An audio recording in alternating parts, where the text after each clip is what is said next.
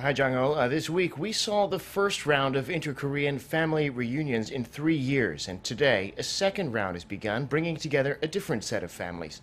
The South Koreans arrived at Mount Kumgang in the north this afternoon, where their relatives were waiting. Let's go to our Park Hee-jun, who's been covering the story for us. Hee-jun, what's the latest? Devin, the separated families have finally reunited and they're spending time together at the reunion center in North Korea as we speak. These selected 81 North Koreans and their South Korean relatives, numbering 326 people, are attending the group session. We're still waiting to hear from the press pool on the details of the meeting, but it's sure to be incredibly emotional.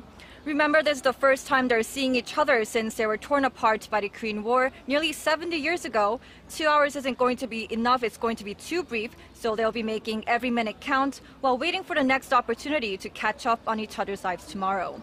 And after the first round of the reunion, the first day will end with a welcoming dinner hosted by South Korea.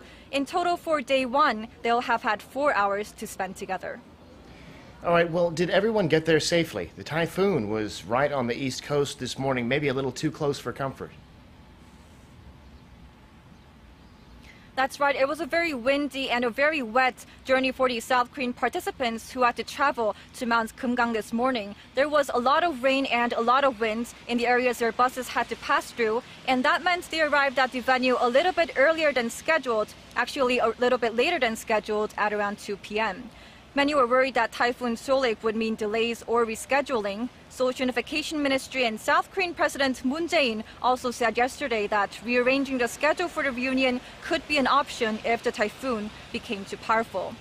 But so far, though, it seems like there's no change in plans. The typhoon has already moved into the East Sea, so hopefully the weather will clear up very quickly so that these families can make the most out of their time during the limited time they have together.